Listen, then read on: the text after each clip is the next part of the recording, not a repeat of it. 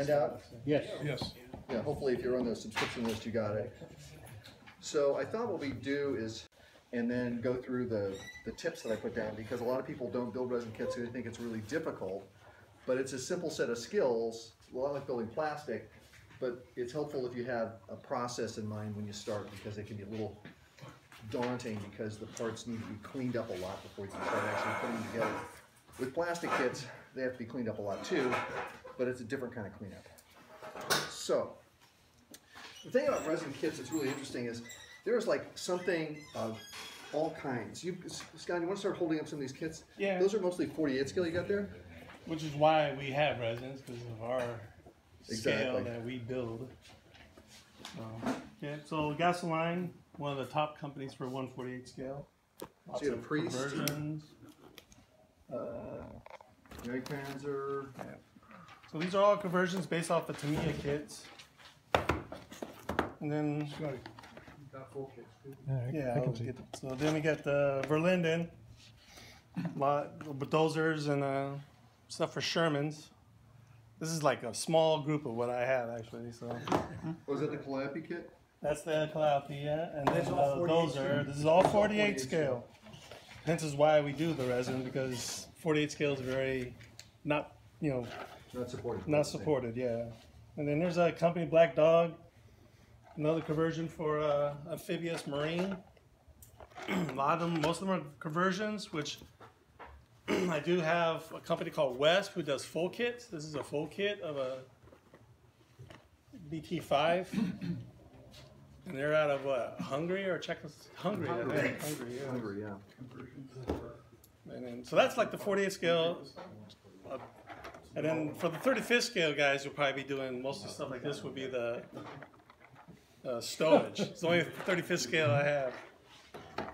And then, just the odd thing for me is 1/16 scale, which is the other scale I do, which is all lots of resin, so I have track. So they upgrade the quality of the box art in the 16 scale. And you see me working on this one here. So, like let Konrad go into construction and his stuff. Hey, John was kind enough to bring in a bunch more kits, so you can see you've got everything. You've got roll conversions. You've got some crazy. What is this thing? Conrad, show the camera. Where's the camera? Right there. There it is. This is a John. What is this? It's a Italian light tank flamethrower. Okay, it's a tank at flamethrower. But what's interesting is the difference between, like, you take one of the old Verlinden kits, open one of those up, and it's just a blob of resin with a couple of other parts, and then you compare some of the other ones, the new ones, and they have interior detail and just fantastic amount of detail. Yeah, they get way better. Like Pascal brought this in. This is a Renault truck, a 16 CV from World War I. Cool. And it's a beautiful model. He also brought in a, you're never going to see this in kit plastic. It's a 1/35th scale trench locomotive made by Baltimore Locomotive Works. So if you want to build your trench railway out, you have to do it in resin. There you go, Kevin. So what's really funny is that the trench railways were the largest narrow gauge system that was ever built. Because there's so many miles along the Western Front, they actually built more track than any narrow gauge line had around the world, including the Rio Grande and the Denver Rio Grande Western. Or even the Colorado and Southern was pretty big. This is a classic Verlinden kit of the old V100 Cadillac gauge armored car. I'll talk about this later. This kit actually has an advantage. It's actually a brick. And people go, oh, it's a brick, it has no interior. That's actually an advantage sometimes. Conversion kits for various and sundry. Luckily for the 1/35th scale, it's all in plastic. Resin kits can be super simple. I brought this along because it's a classic example of what you can do with resin. It's a base. It has exactly 2 parts. 4-hour build. I'm thinking 2 weeks. I'm thinking 2 weeks. I got to chip out every one of those little bricks, make it look good. Here's a trophy models BRDM. This has probably got a lot more detail than the other ones we've just been talking about. I brought this one along. It's an old kit auction thing I got. This is an Italian-made resin kit of Saharina, and it's beautiful. I mean, it's just a beautifully made Italian model. There's actually a plastic kit, but I doubt seriously it would be as crisp or as finely detailed as this thing is going to be, and it's probably a 20-year-old resin kit, 35th scale. John brought this in. It's an air model having an only nosed BTR 50. So if you open this one up, what's this guy like? This is probably a good example of an earlier resin kit. So this one is hollow cast, and we'll talk about this. This resin is that's the earlier style resin that's smellier when you cut it, but also more durable when you put it on your shelf. The new environmentally sensitive stuff does not work very well. Do those come with tracks? There's tracks in the bottom of the box, yeah. There are tracks. So this is resin track.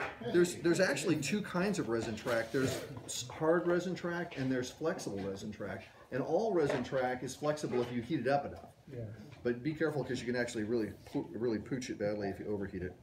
This is a Somavente Fiat L16, which is probably another Italian kit. So we got everything. I brought a little auto blend in for demonstration purposes. That's a Westby kit made entirely out of one block of resin. I love that kind of kit. Here's a Lone Star Ram conversion for those of you who like Canadian tanks. Great. And then last but not least, we've got a fighting compartment only for a Panzer IV. These kits can be really cool because you can fit them to almost any version of model that doesn't have an interior. And so when you see these things on kit auctions, you know, if you want to play around with resin, they're a great place to play around with it because if it doesn't go well, you can hide the evidence by closing the hatches. So resin was the way that most of the kits, if you wanted to do an interior, you had to use the resin kits because most plastic kits didn't have it until recently. Like I said, most of the 1/35th scale resin is in plastic now. Almost all of it. A lot of it is, yeah. Not much you're not going to do. Here's an old Verlinden interior for a Sherman tank, which is still, you know, viable if you want to add an interior. Most of the Sherman kits don't have interiors, and they do have huge hatches. I'm building a Panzer III right now, and I'm using CMK parts and some styrene, CMK resin and styrene, because when you open the hatches, the complete absence of an interior is painfully obvious. And Dragon goes so far as to give you the gun breech, so you have like one tiny little indication there's supposed to be stuff in that tank and then void. So unless you're into existential art, void in actuality, you probably want to add an interior. So that's kind of what's out there. Now, if you haven't tried resin, you're probably a little daunted by it, so we'll talk a little bit about it. The first thing I was going to mention is, and that's kind of the first paragraph of the outline, is the summary of what's out there, but this is a much more extensive view than I could give in the outline. Resin is, you don't want to breathe resin dust when you're working with resin kits. It's important that you recognize that resin will irritate you. You can, if you work with it long enough, you'll actually get an allergic reaction to it. If you start sanding it, your nose will start to run and you'll be going and slobbering all over the model. So what you want to do is wear a dust mask and try and use water when you're sanding. This handy little gizmo, they sell these at all kinds of places. I stole this from my wife Lori. Is a spray bottle of distilled water that can be used to spray on pretty much anything you're building in plastic or resin, but it's really handy with resin because you can keep it wet, and that way when you sand it, all the stuff just ends up falling off as a slurry that you can wipe up with a paper towel. Throw the paper towel away when you're done because it's going to smell like resin dust like crazy when it dries, and you're going to be far better off. So don't breathe resin dust. It's not really carcinogenic. Some people tell you you're going to, you know, develop a giant tumor, and you know. I did some quick research on online, and it's listed as an irritant, not as a carcinogen. Although in California, it will cause you to die. Conrad, that's because resin kits can be frustrating because the quality's not good. That's what makes it an irritant. That's right. If you get irritated, this damn thing's not cast right. Exactly. So that's the first thing. The first thing to think about is, you know, don't breathe the resin dust. Use wet sanding. The second thing that you want to think about is, well, how are you going to glue this shit? And there's really only two glues that work on resin. Solder. Solder. That's right. No, solder does not work on resin. This stuff, this plain old Zap ACC, everybody uses it. This is my currently almost empty bottle that's built like 18 kits now. You can't go wrong with this stuff. Ironically, with Zap, the older it gets, the slower it cures, which is an advantage because the biggest problem with using ACC as an adhesive is that it sets so quickly that when you're building the resin kit, the part will freeze in the wrong position. And I'll talk a little bit about how to avoid problems with that later in the discussion. But this is the one source. And then the other two products that I think work really well but are only for larger joints are good old 5-minute epoxy This is really good when you need to assemble something large that fits, because you know it's going to fit because you only have 5 minutes to adjust it. So if it's not going to fit, you don't want to use this stuff.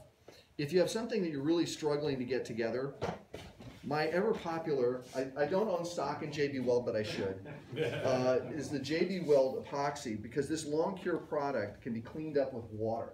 You can take your trusty spritz bottle and an old paintbrush and spritz a little water into a puddle or into a container and take the brush and wipe it on a rag, and it'll actually start turning the JB Weld into like JB Weld juice that you can wipe off, and you can completely smooth it down. It'll fill the cracks. Yeah, you can drink it later. It's fantastic. I recommend adding a little bitters and some, some nice rye whiskey, and it's much better that way. But It makes your tongue stick to the top of your mouth, but doesn't it? It does. It does. Only when it sets, though. Then in the morning when you wake up, it's a hangover you'll never forget. JB Weld, ever popular product. If you don't have this product in your modeling toolbox, buy it. It's usable for a million applications, but it's great for assembling resin kits. And we'll talk about later, it's a filler. So the next thing is parts cleanup. So there are about 3 things you can tell from a resin kit. If you look at any of them, you can see they're all attached to these gigantic pour blocks. You can see it through the packaging here. And that's because the only way to make a resin part is to make a silicone rubber mold, make a pour block, have all the parts attached to the pour block, then you pour the resin in the top of the pour block hole. It all runs down into the parts. Sometimes it's vacuumed into the parts, and then it sets fairly quickly, and they pop the part out. That's great, except it comes out attached to this giant pour block. How do you get that off? Well, the best way to get that off is not to break it off. That's usually a fail. But the tools that are most handy are, this is a JLC, somewhat well-used JLC with several chunks bitten out of it already. It still works. Use these things until they're completely dead. And this will cut resin like nobody's business. You'll go through a piece of resin pour block in 5 or 6 swipes, and it'll cut right through it. That's for the smaller stuff that's like this. The big trick is don't cut too close to the part. That they have a nasty habit of digging into the part, and it's very hard to fix. So you want to give yourself about 1 millimeter of windage when you're cutting it, and then trim that off later. We'll talk about that in a sec. If it's really big, X-Acto saw, really big. This produces this is a really wide kerf, almost about a 1/2 millimeter kerf on this thing. So allow a little more windage when you're sawing. But if you have one of these things that's cast onto a giant brick of resin, you're going to need one of these. And then the last thing that you can use, if it's a small enough part that's on a tree, like these little gizmos here, you see a lot of little gizmos here, sometimes you can go back all the way against the pour block and nip off the little stem that's coming out of the pour block with a pair of end cutters, which saves a lot of time compared to using a saw. But the downside is test it on the block of resin on the edge first. If it breaks a chunk off, don't use end cutters. It's hard resin and it's going to shatter. But a lot of resins now are have more polymers in them, and they will cut with end cutters, and then you can just clean that up. So the next thing you want to do once you got it off is these end cutters, if they're sharp, can also be used to just kind of nibble away at the pour block stub that's left behind, and that works very effectively to move that along, so you don't have to sand too much.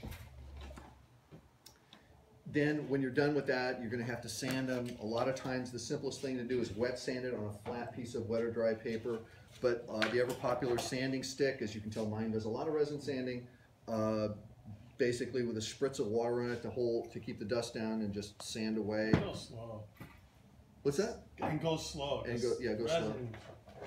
Will sand off real fast. If for specialty tools, this is a gizmo I picked up at an amp show. It's actually a hauler makes them. They're a scalpel blade that has saw teeth, and these come in really handy when they create some part that's almost impossible to free from the block. You can kind of get in here with this and go get it out. X-Acto knives don't work very well for cutting parts free, but once the part's free, they work really well as a scraping tool to remove imperfections from the surface of the part. If you don't want to, you have to do a lot of sanding. Sometimes you can do a little scraping first and get some of it off without creating a big mound of resin dust. This is a chisel blade. If you guys don't have chisel blades for an X-Acto handle, I highly recommend getting them. They're useful for flat scraping objects. and they're much more controllable than the edge of an X-Acto because they don't tend to rock on the part. These tend to rock on the part. You've probably done this where you've tried to scrape an X-Acto and you end up chamfering the part. Now you've got draft angle on your part you didn't intend to have. That can be a little frustrating. For final cleanup, if you are into really high quality surface finish on parts, UMM makes these metal sanding sticks that you glue wet or dry to with a spray adhesive, and the wet or dry is held absolutely flat as a board. Cool. So that when you're surface sanding something, you need to be flat. You won't round it, you won't dish it, you won't chamfer the edge, you won't induce angle that's not there. I use this a lot for a final cleanup on a part. And I run my shop vac the whole time when I'm doing all that work. Oh, you have the shop vac going? I have a little tiny one, and it's always running. That's a great idea. So it actually keeps the dust down. There's a lot of dust with resin. One thing and that's a good point. The one thing you can do, if this is not the shop vac, but if you have a belt sander, if you put on a respirator, because you do not want to do this without a respirator, a belt sander can be really good for cleaning up one of these kits that's got a gigantic area of pore on it. Like, where did that kit go that was the base that I was showing you guys? This thing has got a huge, this is one giant pore block on the back. And if you want to, and it's not cast flat, it's got, obviously the mold was tilted when they poured it. The resin runs like water. It's got like 2 millimeters high on one side. This is something that I may consider putting on a belt sander before I actually attach to the base, or I may just let it be kilted, because it may be a better idea to not sand it. I'll have to decide how I feel that morning. So now we'll talk about repairing bubbles and pinholes. So there's like 3 kinds of resin mistakes that happen in the casting process that are almost impossible for any maker to avoid. And that's having bubbles, open bubbles, and sometimes pinholes. And the worst of all, foam pinholes. Those are the most frustrating. So for closed bubbles, hold the parts up to a bright light and you can see the bubble inside the resin. And if it's well encapsulated with 2 or 3 millimeters of resin over the surface of it, so there's no possibility of it being unsupported, you don't need to do anything about it. It's just inside, it'll be inside. Later, some archaeologist will open it up and sample the air and tell you that the global warming theory was true or false. Your politics inserted here. But the open bubbles are the most difficult. Now, bubbles with real thin film over the top. If you think that thin film over the top is going to work out for you over time, good luck. It won't. What happens is that the resin over time changes shape all the time because it's hygroscopic and it's also thermosensitive, and so it as a medium. So it's the best thing to do is open it up from the back side of the part with your trusty X-Acto knife or a spatula, or even or any tool to get a hole in it, and then mix up a little JB weld and get out your spatula and work it into the hole from the back, so you can fill it all the way from the back. You can see the black JB weld. It's dark gray actually. Filling in the hole by holding it up to the light or looking at it, and that'll get those cavities filled so those parts won't later screw up on you by changing shape or dishing or doing other weird things because they're basically hollow because they didn't fill properly. And a tip that I've learned in fixing a lot of these small resin kits is if you put a piece of Tamiya tape on the outside of the part where the resin is would try to push out onto the surface and spoil your repair job when you're fixing it from the backside, the tape will keep the part flat and it'll set, and when you pull it off it'll be perfect. It even will work if you have an open hole that's on the surface of the part. If you spatula in your JB weld, trowel it off exactly flush, then put your Tamiya tape down and gently press it down with the edge of the spatula so you get full contact. You can see through the tape on the black JB weld, you'll see it's full contact. And that, when it sets, when you peel that tape off, will be an almost perfect repair. It'll be almost impossible to tell where the resin ends and the JB weld starts, and if there is, it's very easy to clean up with just a light scrub with a sanding stick. Konrad, does JB weld shrink or expand? Or? So JB weld is interesting. JB weld, without thinning it with water, does not shrink it perceptibly. It shrinks like 5%.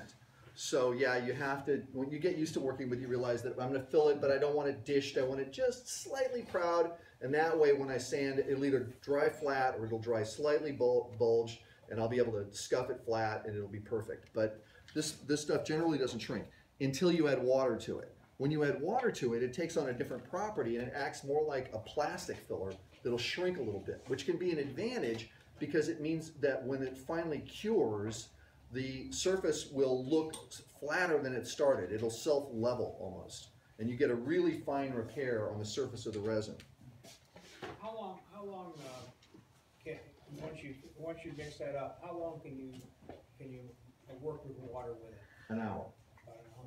It has a set time of 4 hours and a cure time of 12 hours. So this is a great product. You work with it in the evening, and you get up in the morning, and you go to work, and you come back, and lo and behold, your part's, basically hard as steel. You can continue to trowel it and flatten and stuff for maybe a half an hour after the 1 hour time, but it starts getting all ropey and uncooperative, and it's better to just make another batch. Throw that batch away and make another batch. Yeah, but I mean, how long can you use that, the water? The water technique? Yeah, About an hour. about an hour. After that, it becomes less and less effective. You'll just see it doesn't go bunk off a cliff, it just degrades in effectiveness. Unlike the 5-minute epoxy where it goes bunk off a cliff after about 10 minutes. That 5 minutes is a lot, it's about 10 minutes.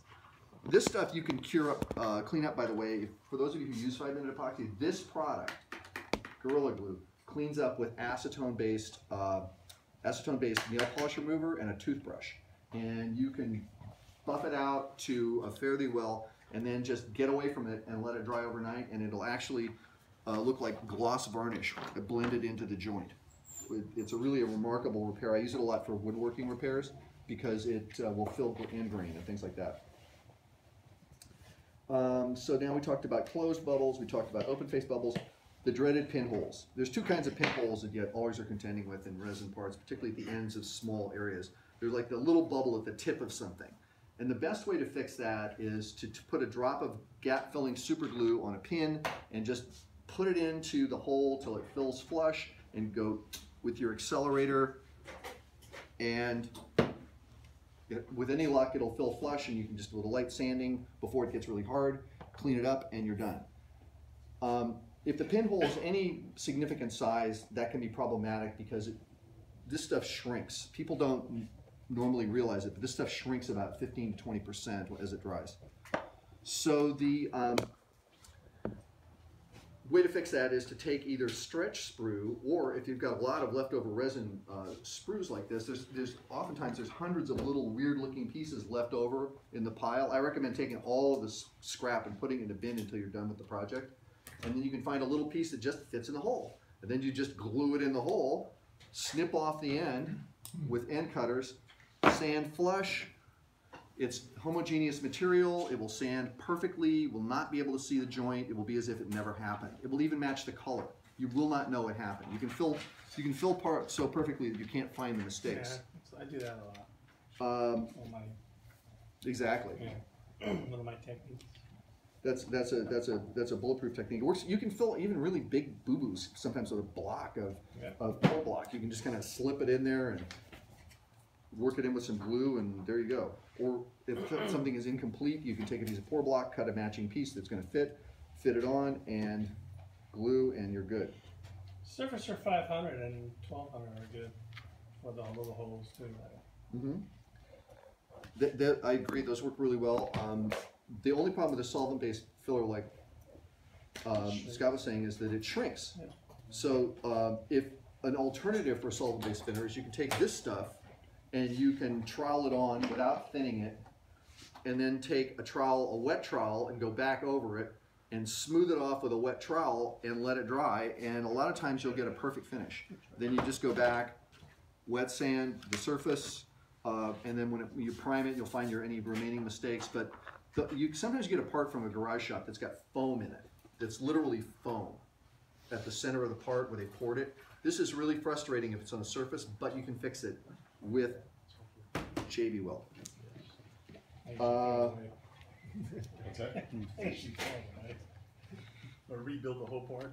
Exactly. Or sometimes you just, yeah, exactly. Or like this one here, which had foam in the sides, you just make them out of styrene, so they just match the model perfectly.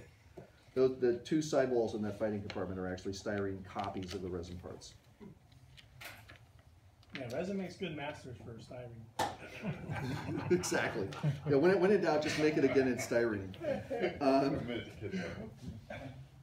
So now let's see, removing warpage. A lot of people find the parts warped and they go, oh my God, the part is warped. I can't build this. Actually, you can build this. What you do is figure out how it's warped. And if you're really lucky, if something that's warped, you can just press down on a flat surface, in which case you can press it down on a flat surface with clamps and stuff, pour some 180-degree water on top, wait 5 minutes, and then clamp it. It should be flat. You need to bring the Panzer III. Which one? Your worst warp? Oh, I did bring the Panzer. Oh, the Panzer III that went like this. Yeah. Yes, I will talk about that later. But I did not bring any collapsed resin kits. They're too depressing to look at. So that's removing warpage. This kit here had some serious problems with several of the parts. It's made from modern EU compliant polyurethane resin, and it had some warpage. The manufacturer sent me a video, which he shot in his undershorts, by the way. This is the best part. This Polish guy sends me a video of him in his undershorts waving around a little piece of pink resin in a pot of hot water and dropping it on a piece of glass so it sets flat. And I go, okay, I'm going to do this with pants. I'm just thinking, things I don't want to be doing. Handling scalding water, resin parts in my shorts. So 2 quick things about warpage. The smaller parts in a lot of kits that are resin, a lot of them are warped because the manufacturer pulled them out of the mold when they're a little too hot, and then they didn't let them cool us. But their design, the natural position of them is the correct position. So a lot of times you can just put a bucket of near boiling water, like literally on the stove. Yeah, like 180. Throw them in there, and then you take them out. And you hang them in such a way that they're like, you don't even have to clamp some of these things, you just lay them out and they will naturally go back to the shape they want to be. And if they don't, then you can just bend them. But hot water, the other thing, a lot of times you'll find in resin is that you'll not realize it's warped until it's a little too late to put it in hot water because like it's attached to other resin. A hairdryer. A high-power hairdryer will work really well if you need to. That's true, and the hairdryer technique is great for bending tracks around sprocket wheels. Yep. I also use the heat gun. The heat gun. The heat gun works very effectively, sometimes too effectively. Yeah, hairdryer generally for about all the new resin, the gray stuff. I'll just dial this up to disintegrate. The gray stuff that you see nowadays, the really new stuff, it's all gray. Yeah. Hairdryer is more than enough heat for it. Even big parts will get, and yeah. That is really true. The one interesting thing I've observed with resin is once you dip it in hot water or heat it up, it becomes a little less hard than it was before. The older resin kits, fortunately most of them are reasonably straight because they're a little weird when you get them hot, but even they will respond to hot water. But the new kits, yeah, just a little heat and they start to bend, and we'll talk about why you want to brace the inside of the model and how the heat will affect it later. Konrad, can you overheat resin? Yeah, you sure can. Drop that part in a pot of rolling boiling water and watch what happens to it. Use the heat gun. It will go blah, blah, blah, and it's dead. How was that? I'm sorry, what does it do? It goes blah. No, what happens is that if you overheat it, you start to blow apart the polymerized bonds inside the plastic, and so the part just comes unglued, and it loses its structural integrity. You'll not be able to fix it. So make sure when you're working with water and resin, you want not more than about a 180, 190 tops. 230 is too hot. Yeah, 230 is too hot. So you boil the water, take it and set it aside, then and let it sit for a second. It stops bubbling, and now it's at the highest temperature that you want to consider using, and it'll still work at a lower temperature.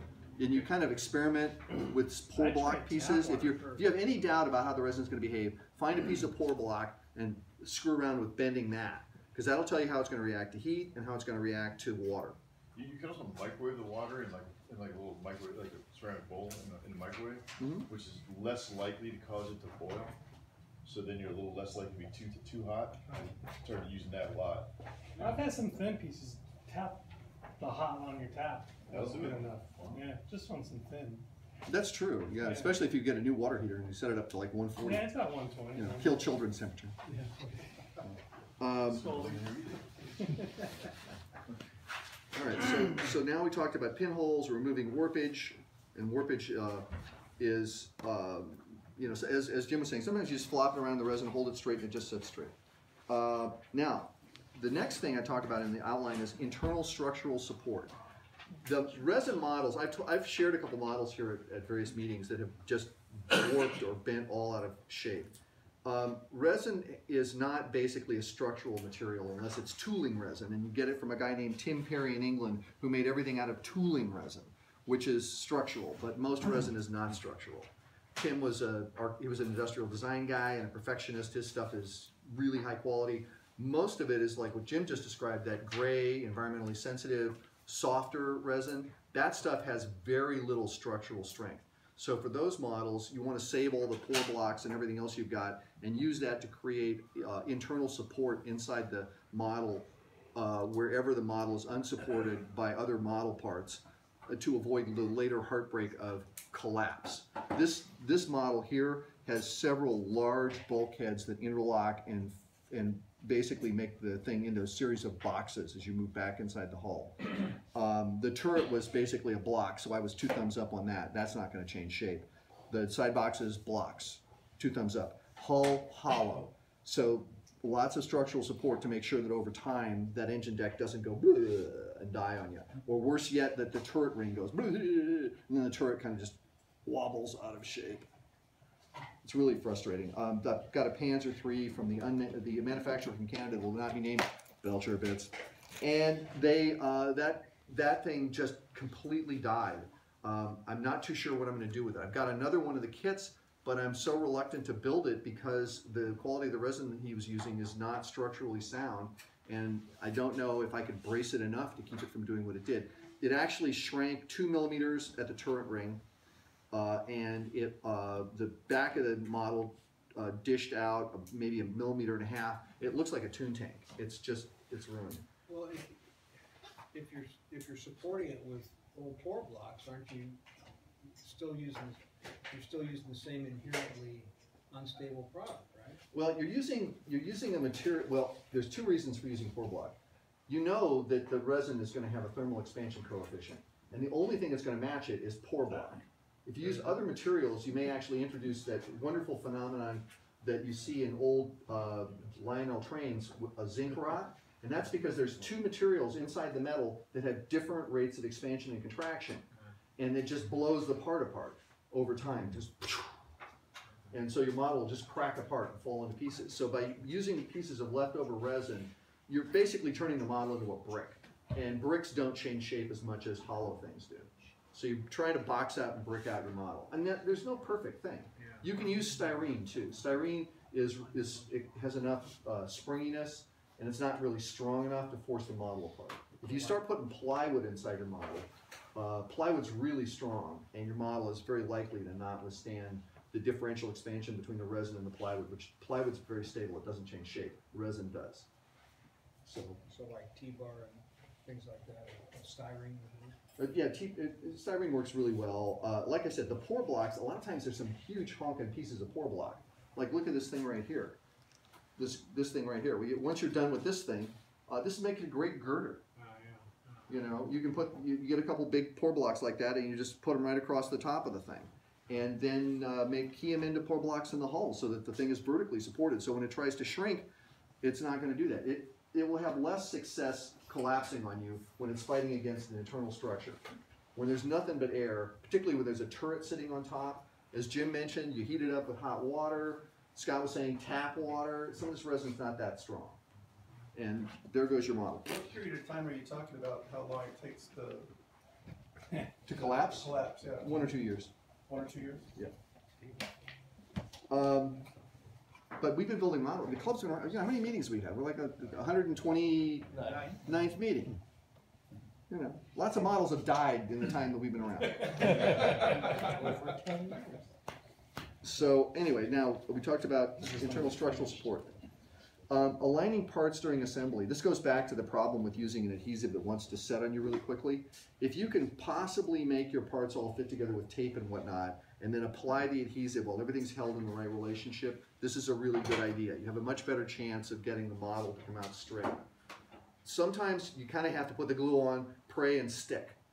but that's the least reliable method. If that's all you can do, I recommend you going to Plan B, and that's to drill the part with a pin vise and an appropriate size drill from your drill index, and install a small pin that will locate the part. So when you pin, all you have to do is align the pin with the hole and go, and it's in place you wanted it to go. You can use styrene if it's not structural. If you want it to be structural, use brass. I wouldn't use steel. Steel is prone to corrosion in contact with water, and resin is hygroscopic. Resin absorbs water. So use brass. Because those of us who are like way lazy like me, is I'll take the part, put the two pieces together the way I want them, and then I'll take a pencil, I'll just draw a line as like a locating line. Mm-hmm. So a lot of times you go around a corner, so okay, and then when you put it on, you just line it up on the because if you sand a piece of resin lightly with like 400 grit, the pencil line will go right on it. So Yeah, that's a very good tip. And of course, if you're Konrad, you put 2 pins in, because 1 pin is never enough. The other thing you can do with pins, and this is very handy. Like this is a kit from a guy named Kenji, who's a special effects guy in Hollywood, and he uses that gray resin. So there's quite a bit of structure inside of a Kenji kit that's been added. Each of these Kenji kits has got big honking support panels glued inside of everything. But the barrels are made out of resin, and they're beautifully done, masters, but they won't stay straight because they're made out of gray resin, and gray resin isn't very strong. So if you want to use the barrel, if you are patient, you can drill most of the barrel out with a drill. And I did the other morning, I got up and the machine gun had fallen off and turned into a banana. So I thought to myself, sprinkle a little Viagra on it, it'll be all right. I thought to myself, I don't want to waste good Viagra on this plastic machine gun. So what I did is I sat down with my cup of coffee and my pin vise and just patiently drilled the barrel all the way out to the muzzle and put a piece of brass in there, soft craft wire, the 15th thou diameter I think they used, and slipped it in there, applied the glue, drops of glue a couple places because I opened up the cooling holes in a couple places, and it sets, glued it in place, and it will never sag again. I'd originally put a wire inside the 37 because it was sagging out of the box, and I put a pin inside the 75, which is really easy because the 70, I figured if the 37 was going to sag, the 75 would over time. But there's a lot of turned barrels out there for 48s too. Yes.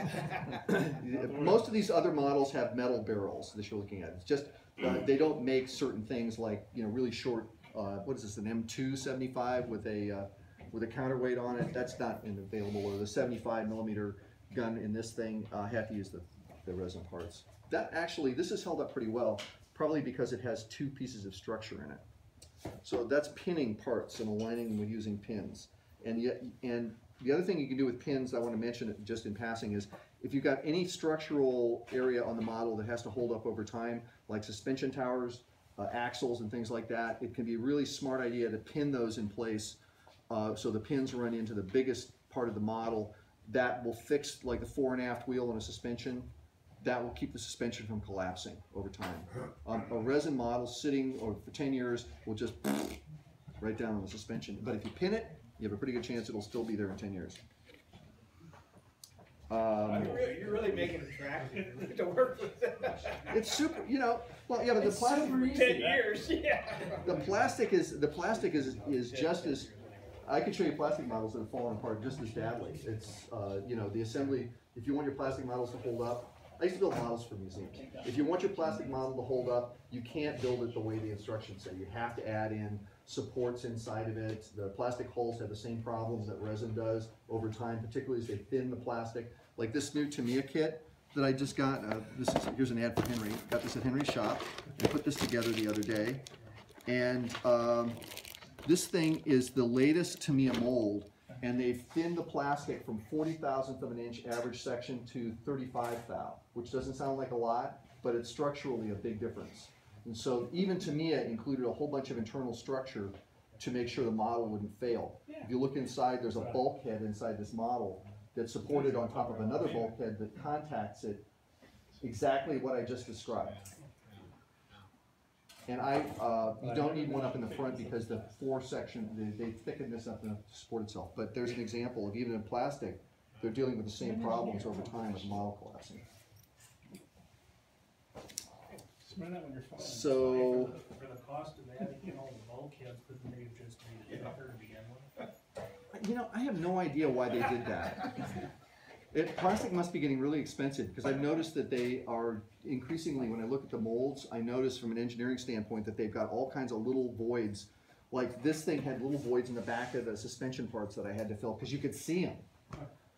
So there's some filling I had to do, but that actually wasn't too bad. I did it in one morning session over just between a couple cups of coffee. But other than that, it's a really nice kit. You know, if you're not as anal as I am, you don't fill the back suspensions. You're thinking they're in the shadows. You paint them a dark color. You'll never notice them.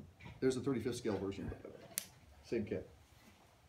So we talked about using epoxy, aligning parts using pins. Epoxy, to go back again, circling back, I pretty much covered this. Epoxy is what you use when ACC is not going to be strong enough and you need longer set time, or you need to have it join and fill. Conrad, how do you apply the epoxy? Because that stuff gets stringy and miserable to deal with. That's chunky. That is why we use the JB Red. We do not use the ordinary epoxy. It is shit. I use that and it's still getting going. So do you use the 5-minute or the 12-hour? The longer one. The long cure. So put a couple drops of water on the epoxy when you're mixing it to hydrate it, and then make sure your tools are wet with water, and you should be able to. You should have at least a half an hour of completely string-free application.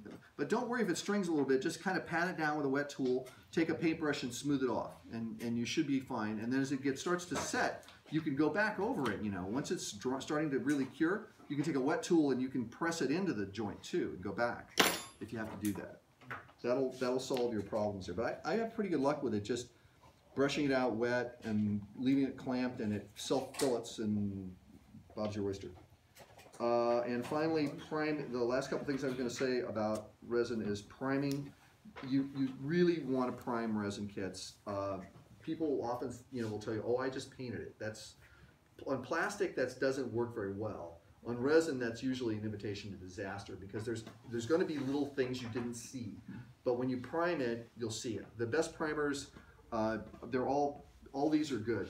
Tamiya, rattle can, fine or extra fine primer work really well if it's high quality resin.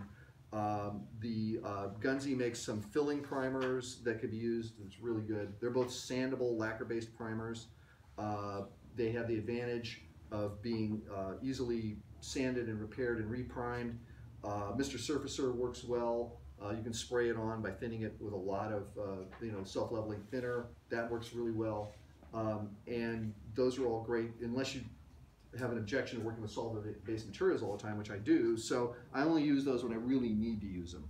A lot of times you can just, with a decent quality resin, you can just prime it with a polyurethane primer. And the two best ones are the Viejo primer, which comes in colors. Like this, I primed this one in olive drab, and you cut way down on the painting time. It's sort of like Jim's technique. You paint the model with primer, and then it's kind of like done. You just go back and add the color you want to add to add highlights and whatnot. And then there's the Stynylrez. This is an example of a Stynylrez primed model. And if you saw how rough that looked before, it has 2 coats of primer on it. If you saw how rough it looked before it was primed and how nice it looks under high magnification now, you realize how much primer does for you in leveling out the surface, because primers are self-leveling. Stynylrez is unlike the Viejo primers, which don't sand very well. They're polyurethane based. Well, with enough persuasion and patience, maybe you could get some sanding in. The Stynylrez will sand, and it is it's unusual for an acrylic primer. Now, the one thing I should say of these polyurethane primers, you still need to wear a respirator because the polyurethane will bond to your lungs. So don't breathe polyurethane primer dust. The water-based is worse actually than solvent-based because your body thinks it's part of your body. One thing too is that Vallejo just came out with a whole new range of spray paints. Oh, cool. Yeah, they're all primers, and they're all acrylics. And there's like 20 different colors in the range. The same. Yeah, but I don't know if I haven't got to put a sanding in yet. Because it blows up. They have a primer in there, they have clear coats, they just came with a whole new range, but it's all color, I mean, most of it's unfortunately fantasy colors, but they do like olive drab and a few other colors like that. Oh, that's really handy. Orc blood. Yeah, orc blood, yeah, ultramarine blue, dark angel green, you know. The one thing that with resin that sometimes works really well is to prime it with a solvent-based primer, find all the mistakes, do all the cleanup, putty in all the problems you think are great, and then go back and prime it with a water-based primer, a polyurethane primer over top of that, because that will give you an even smoother final surface finish. You'll get that wonderful satiny gloss that you want in the primer finish, and it'll take paint beautifully. Resin needs to be washed too. Yeah, I forgot to say that. Way back at the beginning, I wrote that down. It's in your outline. You need to wash it. If you don't do plastic, that's fine. When when you're sanding and spraying it, that takes a lot of the mold release off, but you want to wash the parts before you paint them. Yeah, if you just go straight to sanding, you're liable to just migrate the mold release somewhere else that you can't get to. It needs to be washed. Just with dish soap, right? Yeah. I recommend any grease stripping detergent. So my favorite is Simple Green. Simple Green in a spray bottle, 20% to water mix. We use it in the house for everything, and it degreases plastic, it degreases resin, it takes off mold release, it makes your fingernails look marvelous, no more crap on your fingernails. It's great. And use a toothbrush. Use an old worn toothbrush and gently scrub your part, and that will create foam, and those bubbles are what are really removing the grease, because it floats to the surface, and then when you rinse it flows off and down the drain. You said 20%? Yeah, about 20% Simple Green to water. You gotta be super careful if you're doing something like that on small parts, because you can break them in a heartbeat. Yeah. Ultra careful on that. And don't do this over a sink. How do I know? We do have I use a strainer, yeah, and keep the parts in there. The other thing you can get that I will confess not trying with resin, but it'll work fine, is there's a thing called the ultrasonic cleaner. It's cheap on Amazon, like 40–50 bucks, usually about this big. You put a little water, a little dish soap, dish detergent in it, you hit the on button, it goes like 20 minutes, out you go, you can, and that's really good for small parts that you don't want to brush. Yeah. That's a great suggestion. Yeah, Amazon sells them dirt cheap because people are using them left and right for things like jewelry and all that stuff to clean. Yeah. You can get them from Harbor Freight for about 20 bucks too. They work good for cleaning gunk out of your airboat. Harbor Freight. Yeah, that would work fantastic. And then the last thing I was going to mention is, I use it to see if I can clean like tweezers and stuff that had paint on it, but it wasn't that strong. But now I use it it's really good for things like you want to get a little bit of stuff that's kind of loose, but you don't want to scrub anywhere. It just does the same basic function. So things like resin, where you want to get the detergent off, get the mold release off, you put some water in it, a couple drops of detergent, and then let it go. Simple Green would do marvels in an ultrasonic cleaner. I've never tried it. You would be amazed at what it would do, because it's a degrease. It degreases parts. So Simple Green, that grease would be floating. You'd have a scum on top of that thing by the end of it. And the last thing I was going to say is, Jim's always pointed that the advantage of bases is that you can, hold your model in a way that minor imperfections in alignment will not be obvious. For those of you who are sitting close to the models that are sitting by themselves, you may have noticed that they all are a little wonky. They're all over 4 years old, and so every one of them has changed shape. The half track is got some noticeable lifting on one of the wheels. Some of the ones that are more like a block, like this gasoline kit, this is pretty flat. This is a Tamiya kit on the bottom, so it's flat. Tamiya on the bottom, flat. This thing is heavily glued to a base to make sure that it stays the way it is. And this one's Tim Perry tooling resin, and will probably be that shape in the year 2035. This is another block of resin gasoline kit, but it was never straight when it started. So put them on a base. They look better, the presentation is better. Resin kits tend to be fragile, and so you're not going to break your parts. Just to close up, every one of these kits I got done in a reasonable period of time. Some of them went really quickly, like this kit from Poland. I was surprised at how well it went. About the only real holdup on that kit was I had to futz around with the gun barrel because the one they sent wasn't up to my standards, so I made my own gun barrel. But a lot of aluminum gun barrels are available. A lot of these can be made as conversions. I really recommend if you have a model that you'd like to make, you haven't tried, or if you're thinking of doing a conversion, get a resin kit. There's a lot of resin kits out here. I think they're all vanished in the meantime. But there they are. But all these resin kits you see them all the time at shows. Try one out. They're a real model building experience. You'll really build modeling chops doing this, because there's not just gluing parts together. You got to solve problems, fit pieces together, and then when you're done, you oftentimes get something that doesn't exist, like a Crusader tank, or whatever that is, a Centurion tank in a 1/48 scale, which is available from Aurora or Poland in resin. So that's all I've got. Hopefully I've inspired you guys and not intimidated you too much to really, dive into this. You guys are all high-level modelers. I mean, if you're here, you're not gluing stuff together. You can do this. So that's what I got to say. And